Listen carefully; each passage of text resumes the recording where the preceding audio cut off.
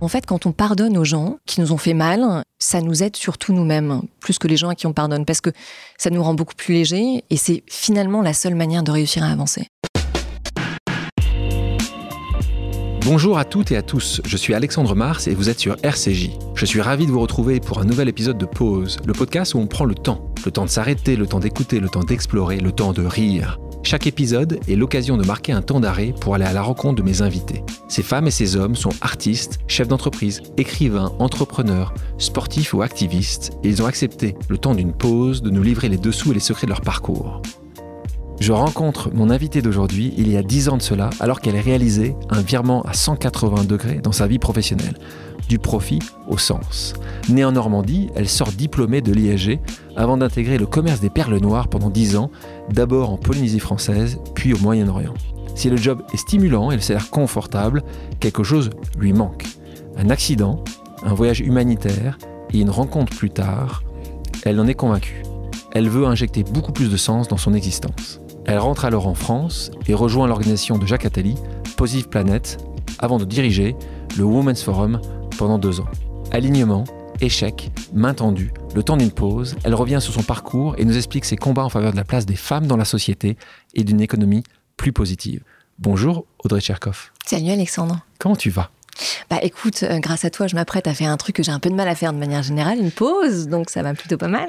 On ne peut pas expliquer qui est Audrey sans évidemment essayer de comprendre où tout a démarré, qu'est-ce qui s'est passé d'où l'on vient. Et d'où on vient. Donc tu nais et grandis en Normandie. Ta famille, j'ai lu qu'il y avait quand même une forte exigence. Et d'ailleurs, tu disais, c'est toi qui le disais comme ça, l'échec n'était pas une option.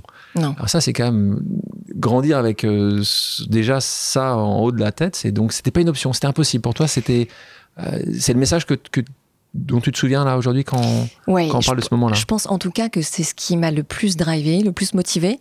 Après, j'avais un contexte familial un peu complexe, c'est-à-dire que mes parents ont divorcé quand j'étais toute petite. C'est quoi ? C'est-à-dire que tu n'as jamais connu mes parents les deux ensemble. Ils se sont rencontrés beaucoup trop jeunes, en gros, et si tu veux, j'ai grandi dans ce contexte-là, avec beaucoup de tensions familiales. Mais toi, à l'époque, c'était un peu différent maintenant, les séparations, surtout les divorces, c'est souvent maintenant alterné, les gardes. Souvent, toi, à l'époque, c'était pas du tout ça. Hein. C'est-à-dire, c'était qu'avec ta maman. Oui, c'est ça. Je voyais très peu mon papa. Il y avait beaucoup de guerre entre les deux. Et si tu veux, j'ai été témoin de l'égoïsme des adultes très longtemps, de la méchanceté parfois, de l'incompréhension. Et j'ai eu quand même une chance extraordinaire, c'est d'avoir ce grand-père. Donc le papa de ta maman. Exactement, qui a été très présent pour moi. Son prénom ? Bernard.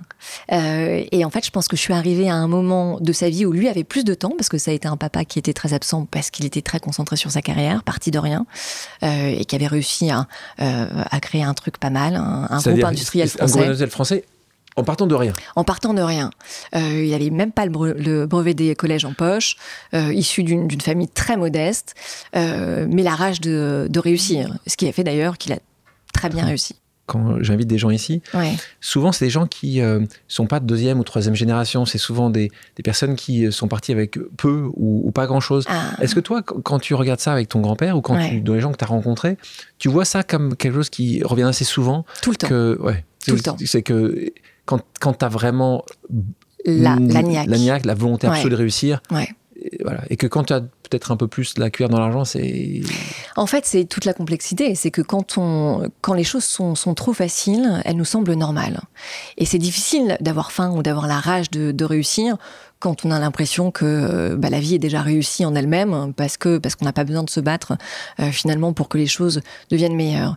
Et c'est vrai qu'avec mon grand-père, si tu veux, il m'a tellement parlé de son enfance difficile, il m'a tellement parlé de l'importance de se prouver des choses, et je l'aimais tellement que j'avais tellement, si tu veux, besoin quelque part de lui prouver que moi aussi, je pouvais réussir à la hauteur de ses espérances, que ça m'a donné une motivation de dingue. Absolument. Comment ça se passait ? Il venait te chercher à l'école, vous avez des balades tous les deux. Comment tu connectes ce moment-là ? C'est ça. Alors, tous les jours, on se voit tous les jours. Alors déjà, j'ai la chance donc de grandir, tu l'as dit, en Normandie, pas très loin de Honfleur, dans une ville qui s'appelle Port-Jérôme-sur-Seine.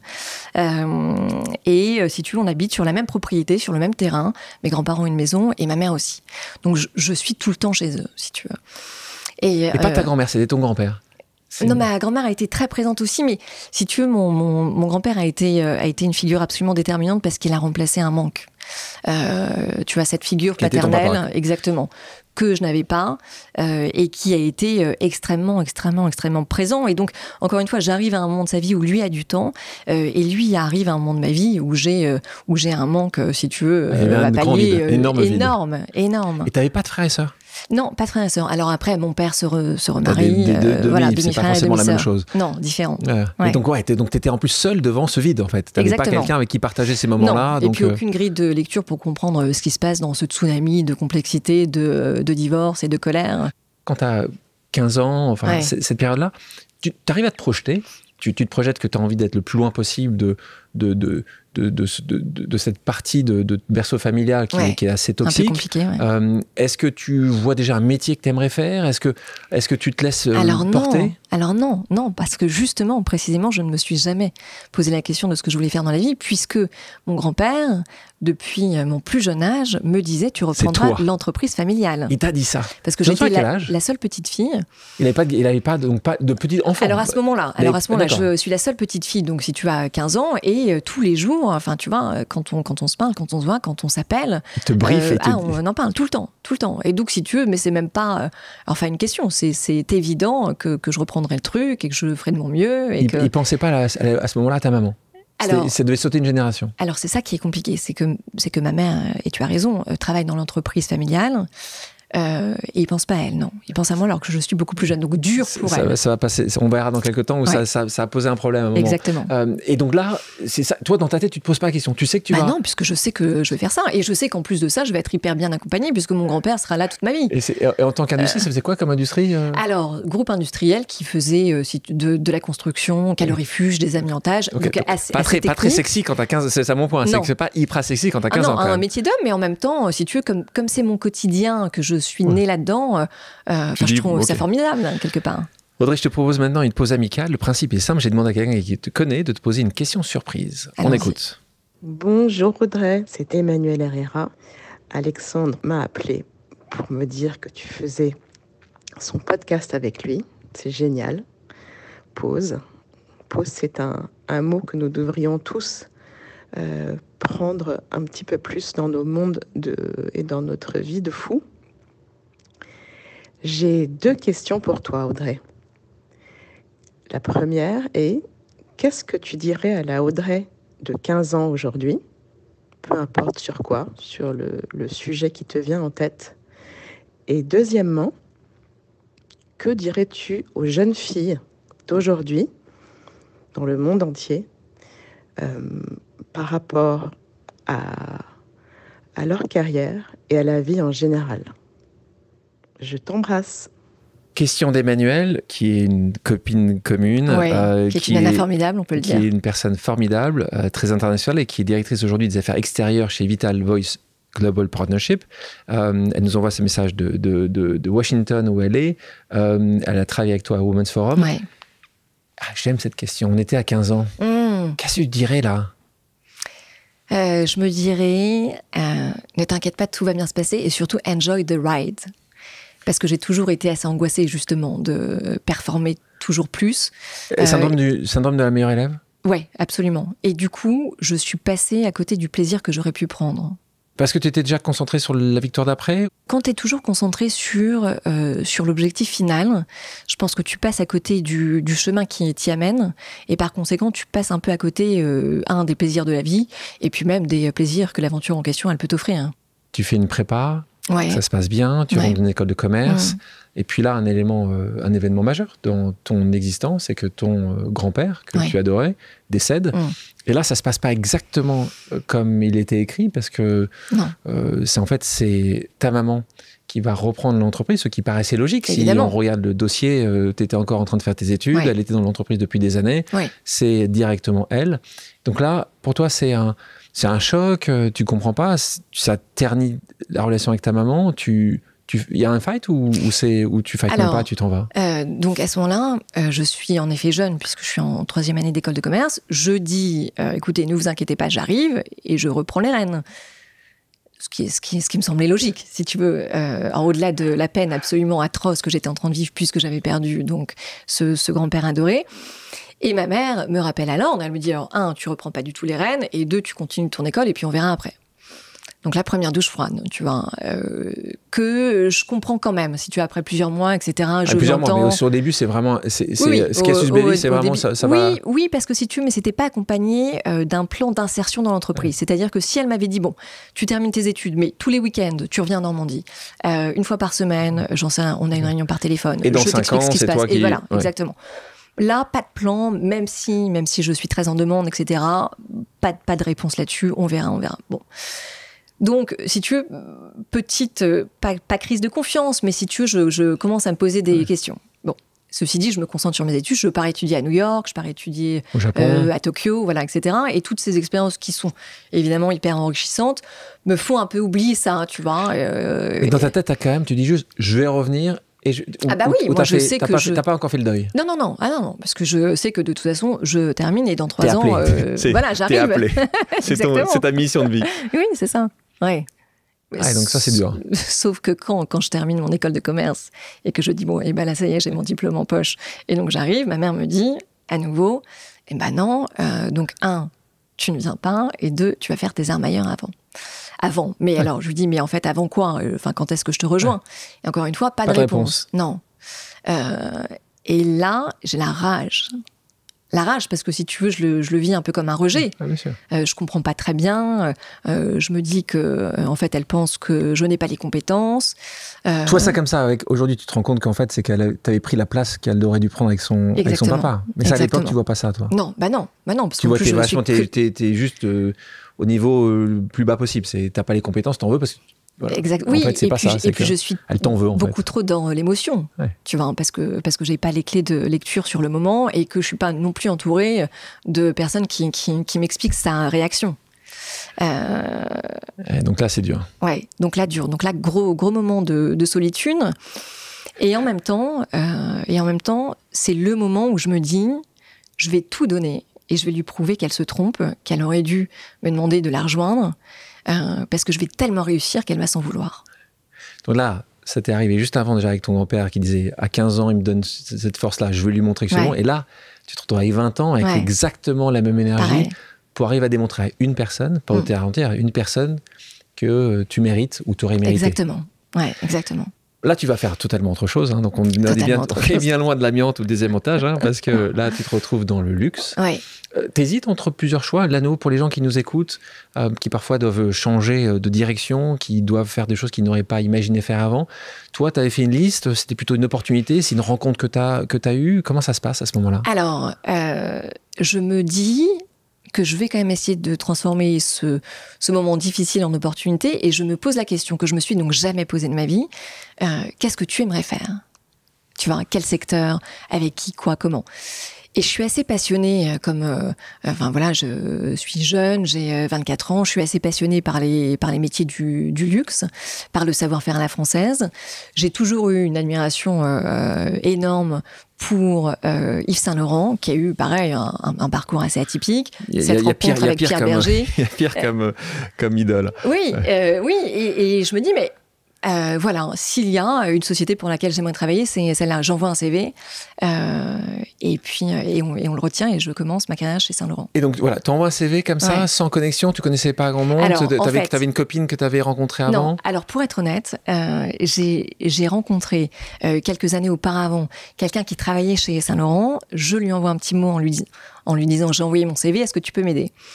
Et alors je ne saurais jamais si ça a marché, mais en tout cas j'ai été prise. D'accord. Le prénom de cette personne-là ? Marc. Merci Marc. Et c'est important là aussi pour les gens.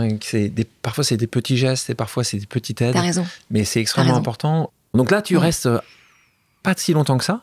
Et après tu restes comme dans ce monde du luxe. À un moment tu travailles avec Tom Ford et tu dis que cet homme-là, en fait, avait expressément dit qu'il ne fallait jamais le regarder dans les yeux. C'est vraiment ça que c'est possible que quelqu'un sur Terre dise ça ? Alors en fait, en réalité, je ne sais pas si c'est lui qui avait donné cette directive-là ou si c'était, tu sais, parce que parfois c'est les gens qui travaillent autour des grandes personnalités, leur entourage, qui crée des choses un peu délirantes.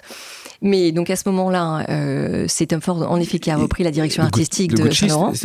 D'accord, c'était Saint-Laurent. Et quand on rentre dans son bureau, on n'a pas le droit de le regarder dans les yeux. Ouais. Non mais vous imaginez quand même, c'est quand même... Délirant. Mais toi, quand tu es là depuis quelques mois, tu trouves ça normal? Là, on regarde ça aujourd'hui, et c'est pas un signe de woke et ainsi de suite. C'est que c'est quand même totalement délirant. Non, mais je à me l'époque, dis, tu trouvais ça délirant déjà, ou tu mais dis je juste... me dis que les gens marchent sur la tête, que les gens qui acceptent sont complètement timbrés. Alors moi, évidemment, T'as essayé de regarder ou pas? T'as essayé de regarder dans les yeux ou pas? Tu t'es tenté? Écoute, bien sûr, évidemment, mais en plus, enfin, il ne me regardait jamais, donc il ne se rendait même pas compte. Enfin, tu vois. J'étais toute jeune, premier job, etc. Non, mais en fait, ce que je me suis dit surtout, je me suis dit, le jour où je serai dans sa position, je ferai différemment. Ouais. On continue. Et là, je te retrouve à l'autre bout du monde.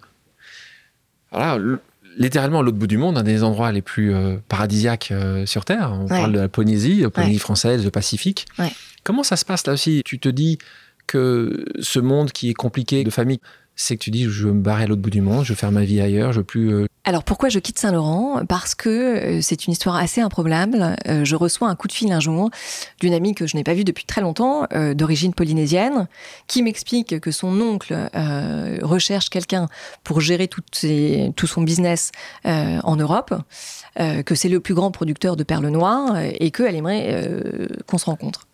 Bon, sauf que je lui dis que la perle noire, je n'y connais rien, que j'adore travailler chez Yves Saint Laurent et qu'il est hors de question que je passe des entretiens pour aller ailleurs, tu vois.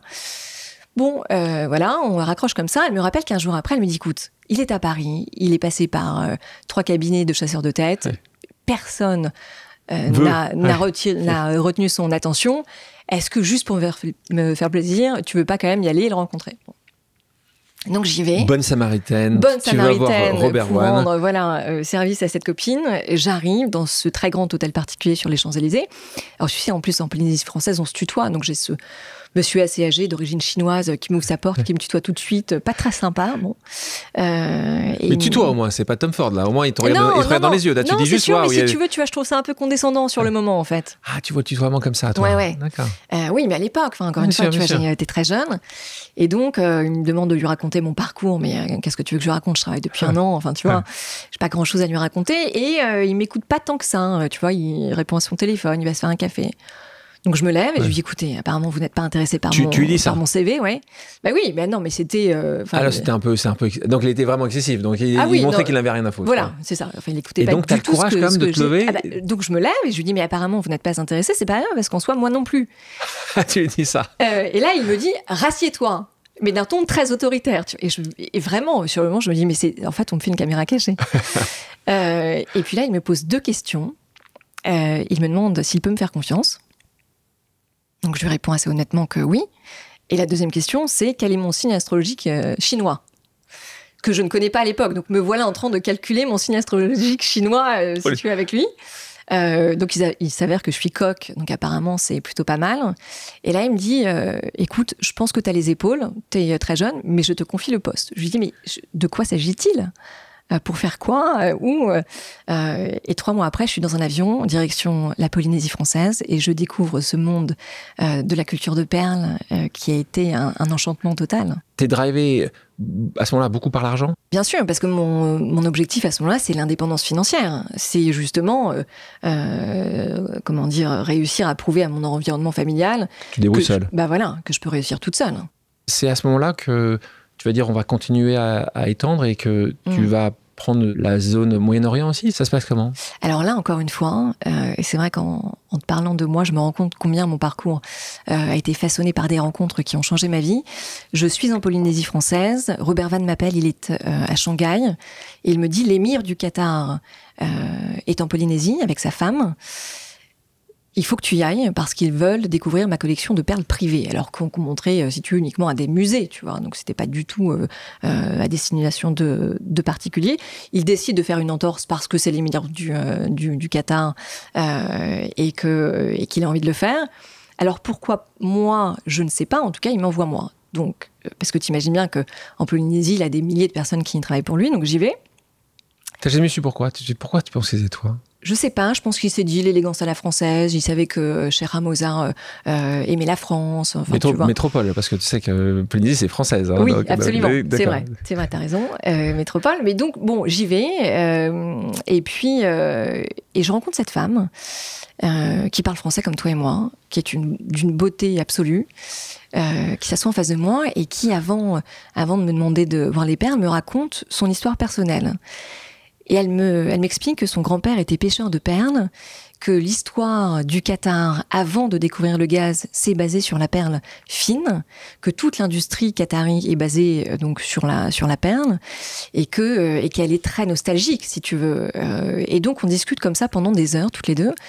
Et à la fin, je lui dis, mais pourquoi est-ce qu'on ne ferait pas revivre cette culture ensemble ? Elle me dit, mais c'est mon rêve absolu, mais comment ? Alors je lui dis, écoutez, j'en sais rien. Déjà, tu sais, en 2007, je connaissais très peu de choses sur le Qatar. Je dis, déjà, on va venir. Ils n'avaient pas encore ils n'avaient pas gagné la Coupe du Monde de football. Non, puis on en parlait très peu. Bien sûr. Tu vois. Donc, t'imagines bien que je me retrouve dans un avion quelques semaines plus tard, direction Doha. Forcément, et l'histoire avec le Moyen-Orient, avec le Moyen-Orient a commencé là. Donc ça se passe à ce moment-là, tu reportes ces informations-là à Robert Vann. Et je lui dis, écoutez, il faut qu'on prenne un avion ensemble, on va recréer cette industrie de la perle. C'est très important pour l'héritage, pour le patrimoine culturel, mais aussi pour le patrimoine économique du pays. Bon, il m'écoute, tu vois, d'une demi-oreille, il vient avec moi pour me faire plaisir, mais je sens bien que ça n'emballe pas des masses. On arrive, et là, on passe 4 jours surréalistes avec des plongeurs, et on passe toute la journée à plonger tout le long de la côte qatari pour voir s'il y a le potentiel ou pas pour mettre en place des fermes perlières. Et la réponse est oui, évidemment. Et là, Robert Vann me dit, bon, écoute, ok, mais moi, ça m'intéresse pas tant que ça, donc enfin, on repart. Je dis, écoutez, vous repartez, mais moi, je reste. Et je suis restée. Et t'es restée. Et donc, il a dû trouver quelqu'un d'autre pour faire l'Europe. Voilà. Et toi, tu as dit, je fais ce projet-là. Donc, c'était un projet au départ, parce que c'était pas forcément toute la zone. Non, exactement. Donc, c'était un projet. Alors, évidemment, je réussis à le convaincre. Alors, à la base, il veut pas. Parce qu'il me dit, mais t'es beaucoup trop jeune, une femme dans cette région, tu n'y penses pas, mais ça n'a aucun sens. C'est forcément voué à l'échec.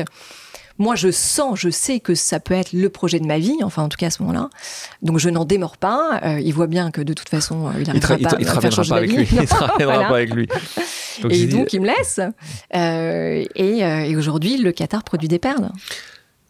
Point essentiel, ce qu'a dit Robert à ce moment-là, il te disait quelque chose de très juste, en disant une femme de 30 ans dans cette région du monde... J'avais même pas 30 ans, j'avais 27 ans. Ouais. Donc, c'est un sujet complexe.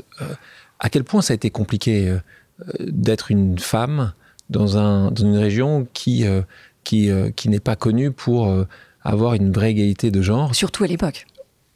Ouais. Encore plus à l'époque. Ouais. Donc toi, à quel point c'est compliqué tu le vois tout de suite, c'est le regard des gens, c'est des insistances, c'est le fait qu'on te... Tout. En fait, je me prends une vraie claque. Parce que j'arrive évidemment avec mes yeux d'européenne, donc j'ai connu des difficultés, mais en tout cas, la misogynie dans le business, en réalité, un peu, mais pas tant que ça. Et là, je me retrouve dans un environnement, mais même, si tu veux, sur le plan personnel, quand je veux aller à la plage, il y a un coin où c'est indiqué réservé aux hommes, et l'autre réservé aux familles. Donc, toi, en tant que jeune femme, tu vas où ? Il n'y a pas de place pour toi. Donc là, sur le côté vie privée, ça a été une traversée du désert sans jeu de mots, parce que je n'ai fait que travailler. Je me suis d'ailleurs noyée dans le travail parce que je n'avais que ça, si tu veux. Pas d'histoire, t'avais pas encore d'enfants, t'avais pas de famille. Non, célibataire. T'étais que ça. Exactement, que ça. Et puis, si tu veux, j'ai beaucoup de mal à me faire des amis, parce que les gens qui sont expatriés sont arrivés en famille, on n'a pas le même âge. Enfin, il n'y a pas de start-upers qui sont arrivés pour faire des levées de fonds. Je suis la seule assez folle, si tu veux, pour m'être dit que c'était possible. Et donc, je suis là et je me retrouve tous les jours confrontée à la difficulté de mettre en place ce projet parce que personne ne me fait confiance. Ouais. En gros, c'est ça. Et donc, tu te retrouves sur ce système-là. Je me souviens, quelqu'un qu'on a eu ici il y a quelques temps de ça, qui est Clarisse Magnin, qui est la directrice de McKinsey en France, qui nous expliquait, je pense que tu as vécu la même chose, que parfois, on la voyait, on disait le café, et que tout d'un coup, tous les regards se tournaient vers elle en disant juste, on veut un café, c'est forcément... Le café ou la prise de notes. La prise de notes. Ouais. Et elle disait une chose très juste, et en conseil qu'elle disait aux personnes qui nous écoutent, aux femmes évidemment qui nous écoutent, en disant, quand on parle café, surtout détournez le regard, ne regardez jamais, un peu comme Tom Ford en fait, ne regardez jamais la personne dans les yeux, tu fais l'inverse, tu regardes de l'autre côté de la pièce pour que jamais ça tombe sur toi et qu'évidemment, en fait, parce qu'elle expliquait une chose assez juste, que très souvent, ce moment-là que tu vas perdre pour aller faire le café ou quoi que ce soit, c'est un moment où, avant un rendez-vous que tu connais, où il va se passer des discussions qui vont être un peu sur le côté, qui vont créer une relation que tu n'auras pas. C'était un très bon conseil que donnait Clarisse. Toi, tu l'as eu aussi très souvent à nouveau dans tous ces meetings-là où tu t'assois, où c'est forcé, parce que tu étais la seule femme de ces meetings-là. Oui, absolument. Alors, sauf que moi, j'ai une approche un peu différente. Clarisse a raison. Ceci dit, moi, je pense qu'au contraire, il faut regarder, il faut soutenir le regard. Et si on te demande d'aller faire le café, tu dis non. D'accord. Oui, donc là, auditrice, on a une deuxième stratégie. On confronte. Deuxième option. On confronte et on regarde les yeux. Mais parce que quand tu confrontes les gens à leurs biais, qui sont d'ailleurs très souvent inconscients, ils se rendent compte tout de suite, si tu veux, en effet, tu vois, leur erreur de jugement ou de comportement. Pas forcément tous, parce que justement, quand c'est assez... Non, mais parfois. Non, mais on peut y passer. En tout cas, il y a deux options. Peut-être que ça dépend des gens. Il y a des gens qui peuvent, peut-être comme toi, aller dans le regard et comprendre que globalement, tu ne me reposes pas la question de deuxième fois. Et puis, tu as d'autres personnes qui vont, surtout, ne vous imposez pas ça. On parle de Moyen-Orient parce que c'est une zone que tu as bien connue, parce que tu as passé là-bas plus d'une dizaine d'années. Est-ce que tu as vu une évolution? Et je voulais en parler en particulier de ce qui se passe en Arabie Saoudite avec le prince héritier Mohammed Ben Salman, qu'on appelle MBS en Europe, aux États-Unis. Il tente, en tout cas, c'est ça que j'ai envie de savoir de toi. Qu'est-ce que tu en penses, toi qui as vécu là-bas, au quotidien? La mixité a été introduite dans l'espace public, les femmes ont obtenu le droit d'étudier, d'avoir un passeport. Ça paraît assez hallucinant pour les gens qui nous écoutent. Il faut bien comprendre qu'il n'y a pas si longtemps que ça, c'était impossible. Ce que tu disais sur les plages où c'était famille ou hommes. Comment toi tu l'as vu, cette évolution de ce Moyen-Orient quand tu arrives et quand les gens en 2007, tout arrivait alors là, comme une extraterrestre sur toutes les dimensions. Est-ce que tu as vu une évolution les 12 années que tu as passé là-bas? Énorme, et c'est vrai que j'ai surtout vu beaucoup de conseillers européens, américains, du monde occidental en tout cas, arriver pour donner des conseils à ces gens-là. Et je trouve qu'on a un prisme un peu biaisé parce que on pense que nos modèles sont les meilleurs. Et pour avoir en effet beaucoup travaillé avec ces gens-là, déjà il faut pas oublier notre histoire. On a quand même décapité des gens sur la place publique pour en arriver aux libertés que l'on connaît aujourd'hui. Et ce sont des pays qui sont en pleine mutation et qui vont à la vitesse de la lumière en réalité. Et tu vois, pour avoir travaillé donc de manière assez étroite avec Sheikha Moza, qui est aujourd'hui la mère de l'émir en place, mais qui à l'époque où je la rencontre, c'est la femme, elle pesait énormément dans son pays. La femme de l'ancien émir. Vous pense que c'est de l'ancien émir. Du papa. Voilà, c'est ça. Et en fait, beaucoup plus que la première dame en réalité chez nous. Tu vois, donc ce que ça m'a appris aussi, c'est à surtout ne pas juger trop vite. Tu vois. Et ça a pris du temps pour toi? Disons que ça m'a appris le leadership positif. Et je pense que quand on veut être un bon leader, il faut savoir écouter avant de vouloir parler et avant de vouloir convaincre. Ça, c'est indispensable. C'est qu'en écoutant que tu apprends. Exactement. En plus. Donc là, on continue, on se retrouve à un tournant de vie, un autre. On est en 2014. Et là, tu as un accident domestique où, en fait, tu as une armoire, c'est ça Dans le bureau. Pas domestique, dans le bureau, tu as une armoire qui... Oui, alors en fait, j'ai un coffre qui pèse 350 kilos, qui me tombe dessus. Donc là, je suis à Dubaï. Je suis censée partir le lendemain avec mon équipe au Qatar pour participer à la plus grande foire du Qatar de joaillerie, donc avec, si tu veux, toutes mes perles. Et ce coffre me tombe dessus. Alors, j'ai été très contente que ça me tombe dessus et pas sur un de mes collaborateurs. Ceci dit, sur le coup, j'ai cru que j'étais morte. Je pense que d'ailleurs, tout le bureau aussi, puisque ça a pris un peu de temps avant, évidemment, de m'en sortir. Et là, j'ai sortir de te mettre, de sortir parce que j'étais coincée en dessous. 350 kilos, si tu veux. Enfin, il faut réussir à soulever le truc. Comment tu t'es débrouillé pour être en soin un col de 350 kilos? Écoute, je ne sais pas. Tu t'as revu l'action plusieurs fois, je pense que c'est... Oui, non, mais en fait, en réalité, sur l'aspect technique, on aurait dû le fixer au mur. Il n'était pas fixé au mur. Quand tu as tiré, on l'avait livré quelques jours avant. Et donc, ça tombe sur moi. Donc, j'ai une commotion cérébrale qui fait que je suis restée à l'hôpital pendant plusieurs semaines. Mais j'ai surtout la jambe gauche broyée, cassée à cet endroit. Et là, on me dit, soit on opère, soit vous restez alité pendant 3 mois. Donc j'essaye d'échanger avec des médecins français, donc je fais des visios, etc., avec des médecins parisiens que je connais. Et on me dit, mais il vaut mieux pas toucher parce que c'est tellement abîmé qu'il vaut mieux, rester alité pendant. Ouais, et donc ça se remet tout seul. Tout seul. Donc là, c'est le choc total parce que... T'as l'habitude de passer d'un avion à l'autre. Voilà, donc là, exactement. Tu vas rien faire, lire des livres. Voilà, oui, c'est ça, exactement, lire des livres. Et d'ailleurs, c'est intéressant que tu dis ça parce que la première visite que j'ai à l'hôpital, c'est un ami, d'ailleurs, qui s'appelle Vincent, et il me donne un livre qu'il vient de terminer, qui s'intitule « Start Something That Matters ». Donc, ce qui veut dire commencer quelque chose qui a du sens, qui a été écrit par le fondateur de Toms. Donc Toms, c'est ces chaussures, tu sais, quand on achète une paire est offerte. Dans des pays en voie de développement. Voilà, exactement. C'est un pour un, c'est eux qui ont lancé ce modèle-là. Exactement. Et je prends connaissance, si tu veux, de l'entrepreneuriat social. Il y a un autre monde qui existe. Voilà. Elle arrive dans cette chambre d'hôpital avec beaucoup de conviction, en me disant mais regarde, il faut absolument que tu lises ce bouquin qui est génial et qui parle de comment le secteur privé peut changer les choses, tu vois. Ben là, il parle chinois à un japonais. Là, tu étais quand même dans un monde assez loin de ces sujets de one for one. On était sur création de profit. Oui, après, en même temps, ce projet au Qatar, il y avait une vraie dimension culturelle, tu vois. C'était aussi pour rendre aux Qataris une partie de leur histoire. Mais c'est sûr que, on n'était pas dans la philanthropie. On avait Mike Horn ici. Mike Horn, donc cet explorateur absolument génial, qui après différentes vies s'était retrouvé cloué au lit, lui aussi, moins que toi, parce qu'il avait un accent de parapente. Tu vois, c'est un peu différent. Oui, dangereux. Parapente. Hein. Et il s'était retrouvé à ce moment-là en train de se dire, tu sais quoi, je vais changer de vie. Et il s'est dit, je vais changer de vie, et il est devenu l'explorateur qu'on connaît aujourd'hui. Ouais. Toi, c'est vraiment ça, tu t'es senti à un moment que c'était fini, il fallait que tu fermes ce chapitre, il fallait où tu t'es dit, tiens, je vais aborder un autre sujet. Quand tu es sorti de l'hôpital, tu n'as pas quitté tout de suite ton autre job. La première chose que j'ai fait quand je récupère la faculté de marcher, que je suis sur mes 2 jambes, c'est que j'organise un voyage humanitaire.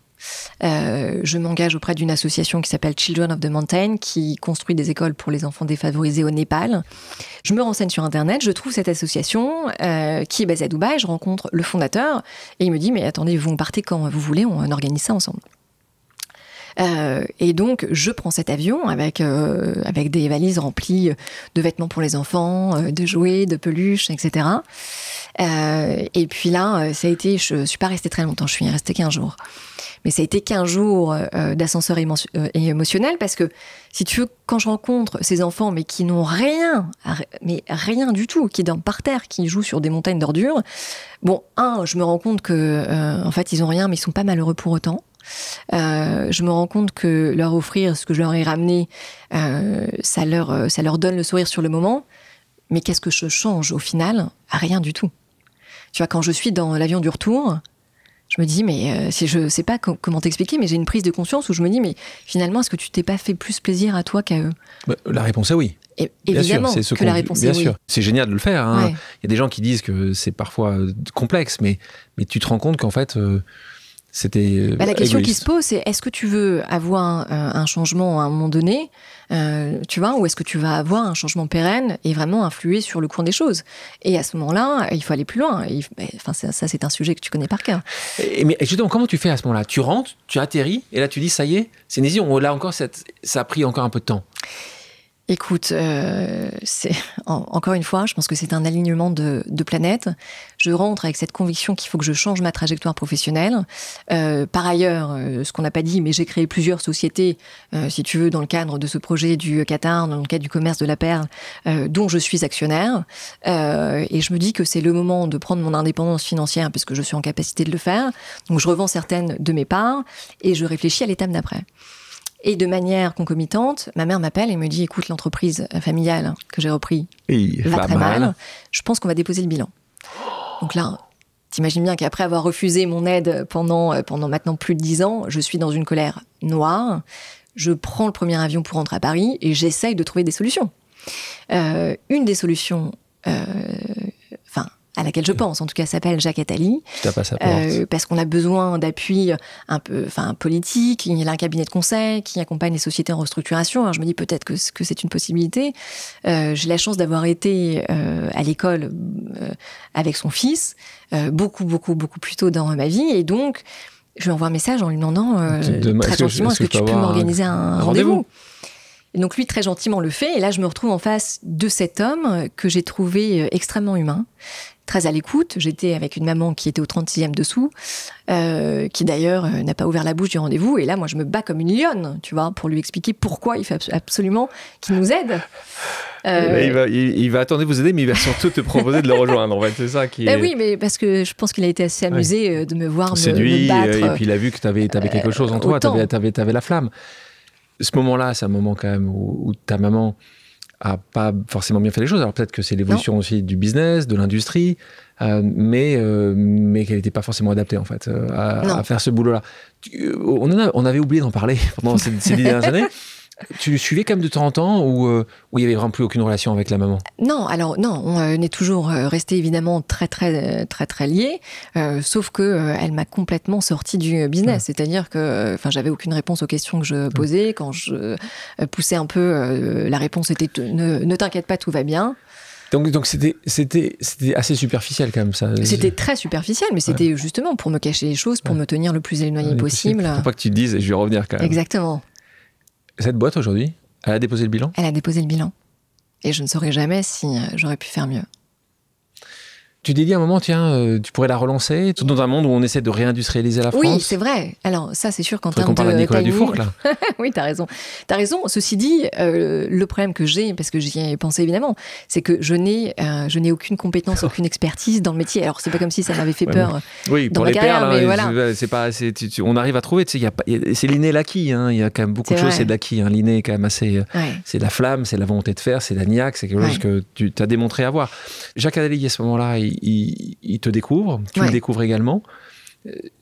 Tu repars à Dubaï, tu reviens, c'est sûr, tu sais ce que tu vas faire, tu as une offre qui arrive chez toi ? Alors, je repars à Dubaï et c'est assez amusant parce que le calendrier marche plutôt bien. Il me dit à la fin du rendez-vous, écoutez, je serai moi-même à Dubaï dans 15 jours, on se revoit là-bas. Bon, je me dis, il va jamais me rappeler, sauf que s'il me rappelle 15 jours après, et on déjeune ensemble. Et là, il me parle de Planète Finance. Alors à l'époque, c'est Planète Finance, c'est cette ONG qu'il a créée, qui ensuite est devenue une fondation reconnue d'utilité publique et qui vient en aide aux plus démunis, mais de façon très holistique et très pérenne, en leur apprenant à créer leur micro-entreprise. C'est-à-dire, c'est le concept d'apprendre à pêcher plutôt que de donner un poisson. Et je me dis, mais ce concept est génial. Et pour le coup, si tu veux, ça apporte une réponse à ma question existentielle, comment justement changer les choses, mais de manière durable. Et il me dit, mais pourquoi est-ce que vous nous rejoignez pas ? En plus, on a un bureau au Moyen-Orient, à Dubaï, en tant que bénévole. Il est fort, ce Jacques. Oui, et en même temps, ça répond aussi vraiment, à mon envie. Donc c'est parfait. Donc je dis, mais bien sûr. Donc je deviens bénévole du jour au lendemain. Alors en plus, évidemment, de mes activités professionnelles qui continuent en parallèle.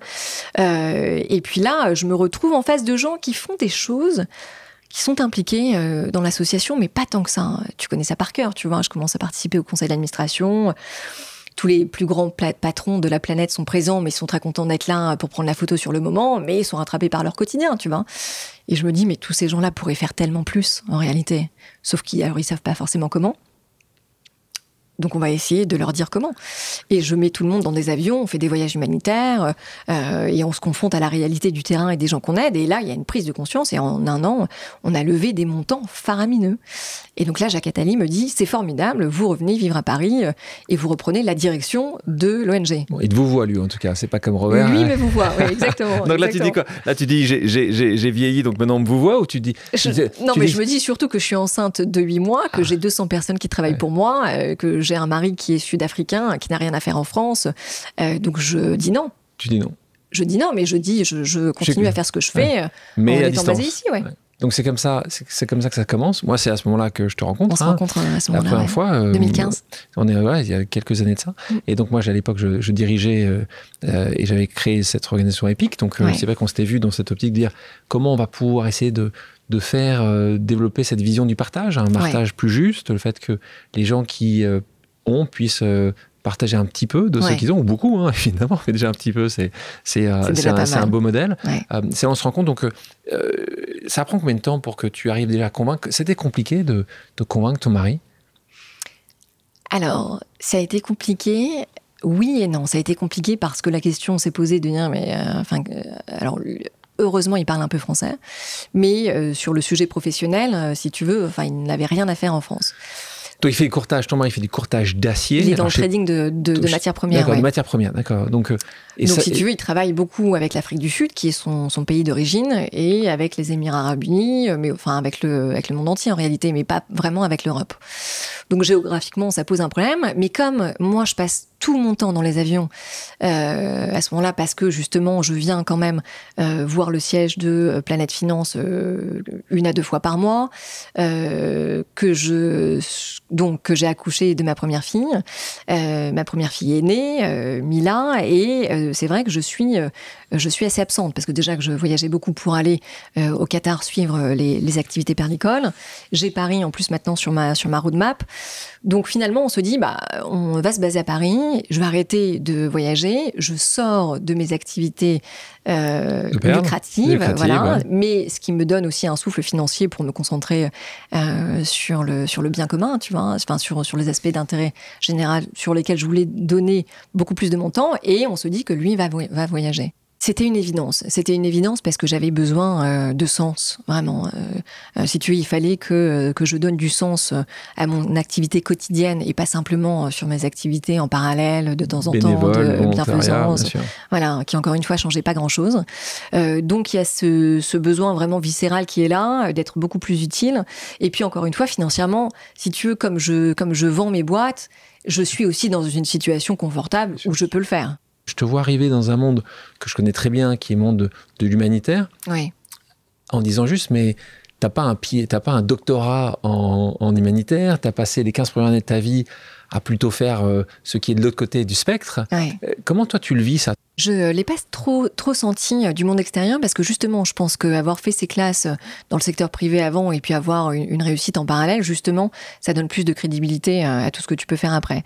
Maintenant, ce qui a été difficile, c'est plutôt en interne, parce que le monde associatif, que tu connais donc très bien, a des habitudes. Et quand moi, je suis arrivée avec mes process d'entrepreneur et de rentabilité, parce que justement, quand on est une ONG, plus que n'importe quelle autre organisation, on se doit, si tu veux, d'être ultra rentable, d'être ultra performante, parce qu'on a cet objectif, encore une fois, qui est l'intérêt général et pas nos intérêts personnels.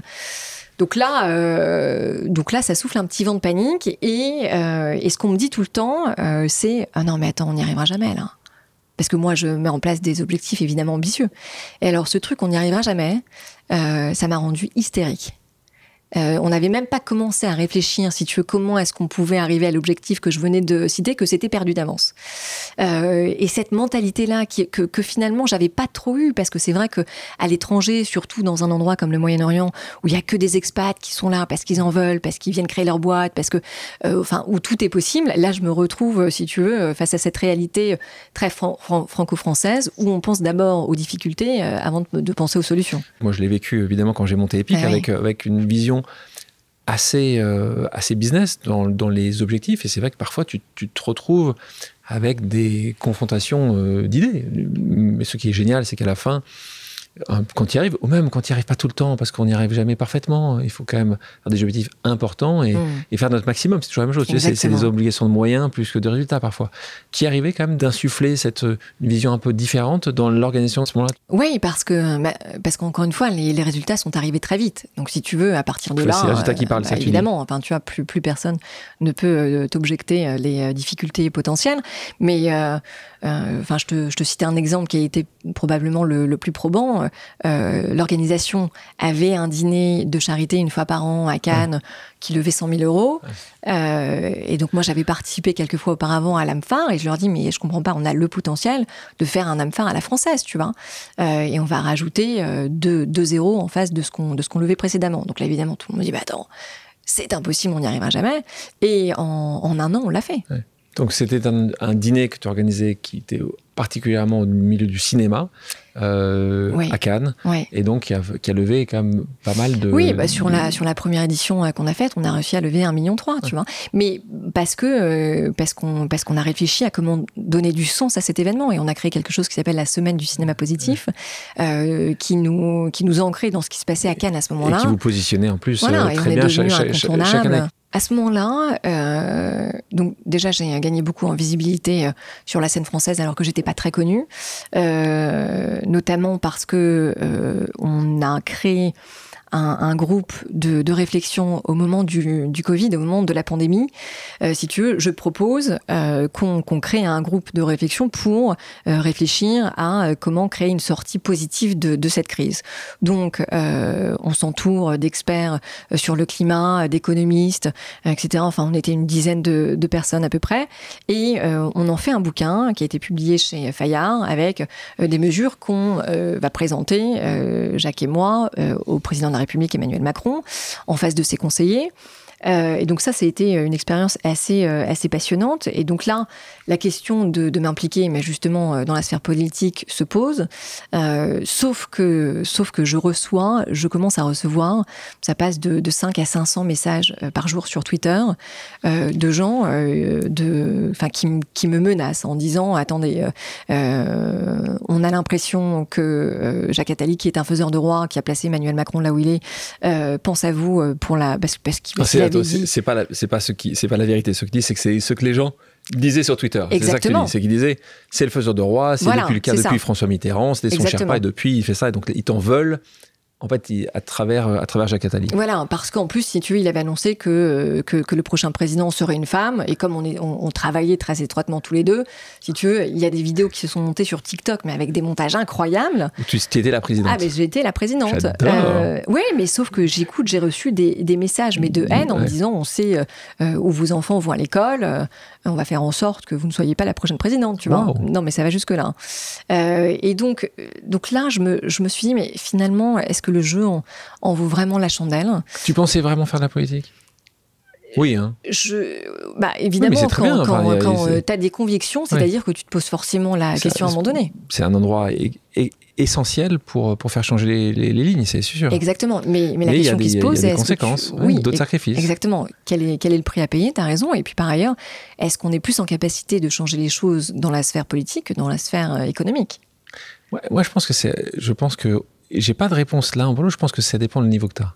Oui. Je pense que président, évidemment, maire, certainement, député, j'en suis moins sûr. C'est comme si dans le monde privé... Mais il faut bien commencer quelque part. Tout à fait. En tout cas, à ce moment-là, j'ai une proposition qui tombe sur mon bureau, qui est celle de reprendre les rênes d'une organisation qui s'appelle le Women's Forum. Et donc évidemment ça fait écho à mon parcours parce que je sais combien c'est difficile de se faire une place dans les sphères économiques en tant que femme, en fonction des secteurs évidemment, mais forcément hyper tentant, et donc forcément je dis oui. Donc là tu dis oui. Déception chez Jacques Attali, il comprend, et est-ce que là c'était un sentiment un peu d'abandon, je suppose? Oui, alors, ouais, il comprend pas trop. Jacques Attali n'a pas forcément l'habitude qu'on le quitte. Non, c'est sûr. Et en général, quand on veut le quitter, ça se passe pas très bien. Après, il a été un mentor pour moi tellement extraordinaire. Il m'a fait confiance, sur des choses, honnêtement, où c'était même un peu insensé. Il m'a vraiment poussé, il m'a aidé, il m'a poussé sur les plateaux télé, d'ailleurs. Alors que j'avais pas forcément confiance en moi, et donc j'ai envie de tout sauf de le décevoir. Et je lui dis, bon, écoutez, si vous n'êtes pas à l'aise avec ça, on va trouver une solution qui va faire... je voulais pas qu'il soit déçu, si tu veux. Je voulais absolument pas qu'il sente que je le trahisse, parce que je lui devais beaucoup trop. Et donc, on se met d'accord, et c'est peut-être là que j'aurais pas dû dire oui, sur un 50-50. Donc je reste présidente de l'Institut de l'économie positive, donc que j'ai créé ensuite avec lui, et le Women's Forum. Ouais. Surtout que je viens de donner naissance à ma deuxième fille. Women's Forum, en gros, pour ceux qui ne connaissent pas, c'est une organisation qui existe depuis maintenant des années, qui met les femmes au centre de la discussion, pour dire de quelle manière il peut avoir une fois par an ces rencontres. Et aujourd'hui, il y a eu d'autres événements qui ont lieu au fil de l'année, mais un événement où les femmes ont expliqué comment elles ont fait. C'est beaucoup de partage, beaucoup de discussions. Dans ces moments-là, j'ai eu la chance d'y aller plusieurs fois parler, qui reste 2 ans, je crois. Toi, tu es pour les quotas? Tu penses que la loi est nécessaire, est obligatoire pour faire changer les choses? Ou tu penses que, comme parfois certaines femmes qui ont réussi disent, vous savez quoi, j'ai réussi, je suis une femme, preuve qu'on n'a pas besoin de quotas? Alors, c'est pas du tout est-ce que je pense ou est-ce que je pense pas, c'est une question de chiffres. Et quand on regarde les chiffres, c'est parlant. Ouais, c'est parlant. Enfin, c'est indéniable. En tout cas, disons que légiférer sur ces sujets-là, ça nous fait économiser des années et des années, exactement, de progrès. Donc et puis de toute façon, il faut aussi se rappeler que ça fait plaisir à personne d'être une femme quota. Tu vois. Mais ce qui est aussi intéressant, mais tu dis que c'est nécessaire. Mais c'est indispensable. C'est indispensable. Et d'ailleurs, toutes les femmes qui étaient contre ces quotas sont revenues dessus. Ouais. Là, tu te retrouves en 2022, décision importante dans ta vie, c'est que tu dis, il faut que j'arrête ce que je vis là.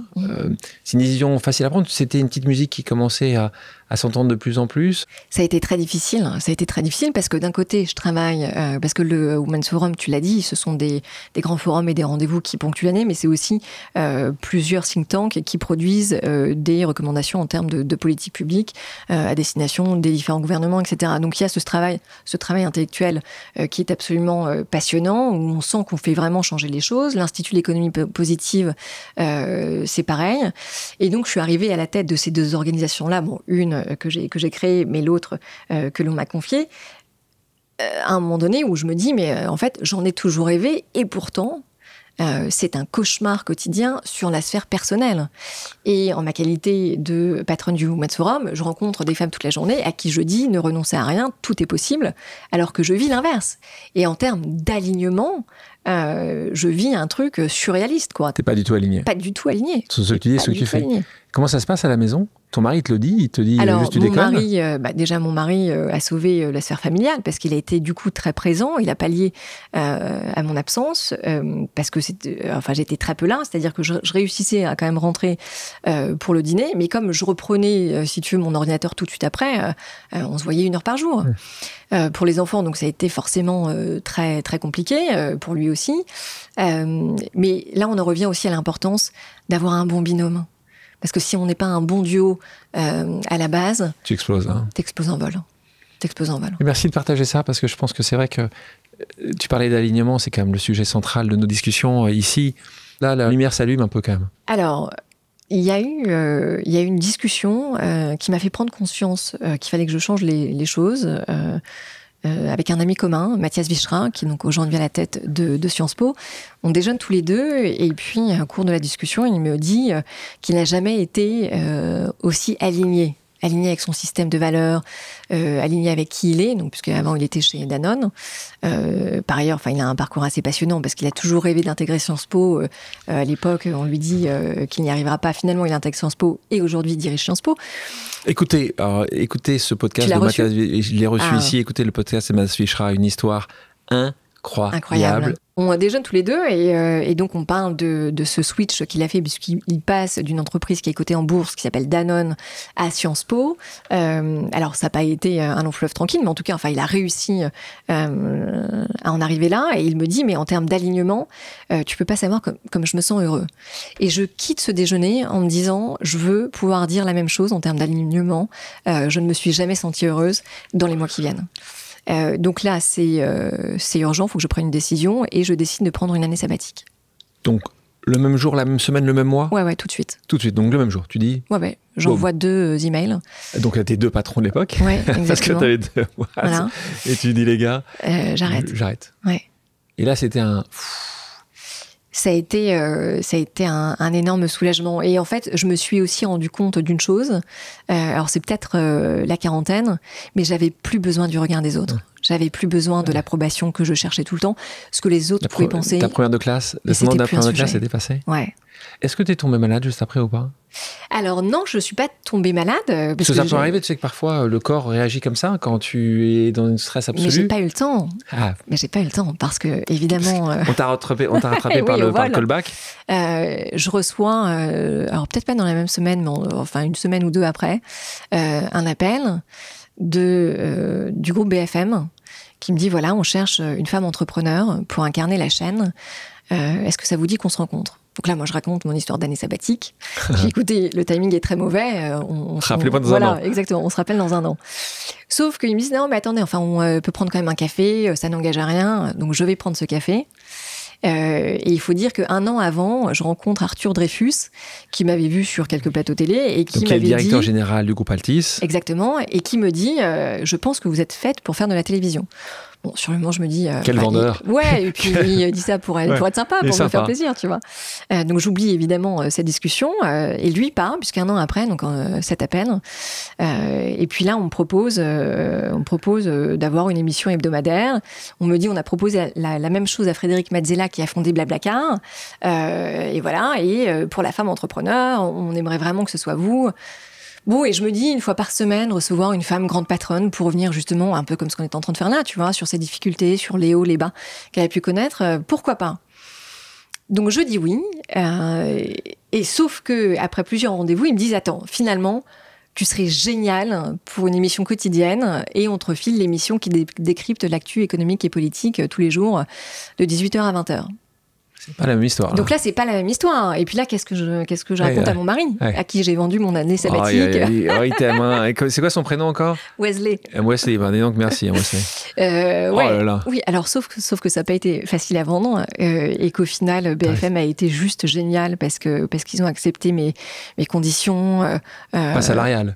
C'est pas là où tu gagnes plus d'argent. Hein. Non. D'accord. Non, ça c'est sûr. Non, mais les conditions d'aménagement, si tu veux, des horaires. Des horaires. De toute façon, ça reste 18h-20h. Ça reste 18h-20h. Ça, ils sont pas. Évidemment. Oui, on t'a mais mis. Je fais pas le vendredi. D'accord. J'ai un journaliste qui est formidable à mes côtés, qui lui prépare l'émission, etc. Ce qui me permet d'avoir plus de latitude. C'est une aventure entrepreneuriale, donc c'est formidable. Mais t'as quand même renoncé à cette année sabbatique, à un tour de monde potentiel, au fait de te remettre sur toi-même et de redéfinir un peu, de resetter. En réalité, je sais que je suis hyper active. Est-ce qu'une année sabbatique aurait été possible? Je sais pas. Un trimestre sabbatique, peut-être. Un trimestre, oui, c'est ça, exactement. Audrey, je te propose maintenant une autre pause amicale. On l'écoute. Salut Audrey. Alors, tu t'es lancée dans de multiples carrières professionnelles hyper ambitieuses, tout en ayant une vie familiale bien remplie. Je sais que plein de jeunes femmes cherchent encore la recette miracle. Qu'est-ce que tu aurais à leur conseiller? Parce que ça peut parfois être un frein, ce sentiment de devoir choisir entre les deux. Julie Martinez, qui travaille avec toi, qui est la rapporteure générale de la commission France Positive. Exactement, qui est une avocate de talent. On en a beaucoup parlé, c'est pour ça que je voulais le mettre à la fin, cette question-là, parce que c'est vrai que si je te pose la question au début de la réunion, je pense que tu dis de ce podcast, je n'aurais pas dit la même chose. Ouais, là, on est dans le dur, on s'est rendu compte que et ça prend autant plus de sens. Les conseils que toi, tu donnerais? Alors... L'alignement, assurément. Oui, absolument, alignement. Non, mais surtout, le schéma parfait n'existe pas. Et quand on me demande, mais est-ce que vous réussissez? Alors aujourd'hui, je réussis à concilier vie privée, vie professionnelle, mais je n'ai pas réussi pendant des années. Et ça, je pense que la génération avant la mienne, de femmes qui a réussi à percer ce plafond de verre, était très inhibée par rapport aux difficultés, parce que justement, on voulait pas du tout faire un sujet du fait que ça soit une femme qui était arrivée comme devenir capitaine d'industrie d'une grosse boîte. Moi, je me souviens d'avoir écouté des discours de Clara Guémard, 9 enfants, qui disait qu'elle était à la tête de General Electric et qu'il n'y avait aucun problème, qu'on pouvait tout faire. Moi, j'avais un enfant en bas âge et je n'y arrivais pas. Et je me disais, mais en fait, j'ai un problème, tu vois. Donc, si vous n'y arrivez pas, c'est pas grave et je pense que c'est normal. Et le secret... Donc la perfection n'existe pas. La perfection n'existe pas. Impossible, il n'y a pas de modèle unique. Non, exactement. Et je pense que le secret, c'est d'arrêter de culpabiliser et de suivre son cœur. Si vous avez envie de prendre 1 mois de congé pour passer du temps avec vos enfants, faites-le. Si vous avez envie de dire oui à cette super promotion parce que vous pensez que ça va, que vous allez vous éclater, eh ben faites-le. Et puis, encore une fois, le secret quand même, c'est de bien s'entourer. On a parlé de cette nouvelle carrière journalistique.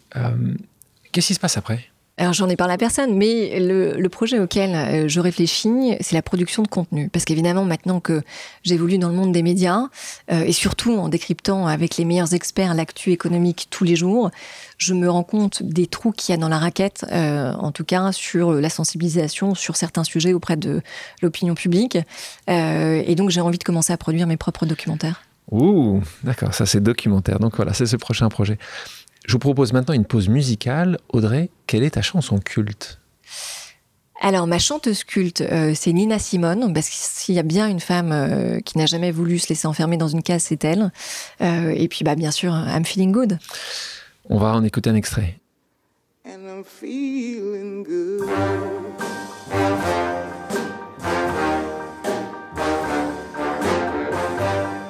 Fish in the sea, you know how I feel. River running free, you know how I feel. Merci Audrey. Merci à toi. Merci à tous d'avoir pris le temps de faire une pause avec nous sur RCJ. J'espère que l'émission vous a plu, inspiré ou fait réfléchir. Si c'est le cas, je compte sur vous pour soutenir Pause sur radio-rcj.info ainsi que sur toutes les plateformes d'écoute. À bientôt sur RCJ pour un nouvel épisode de Pause.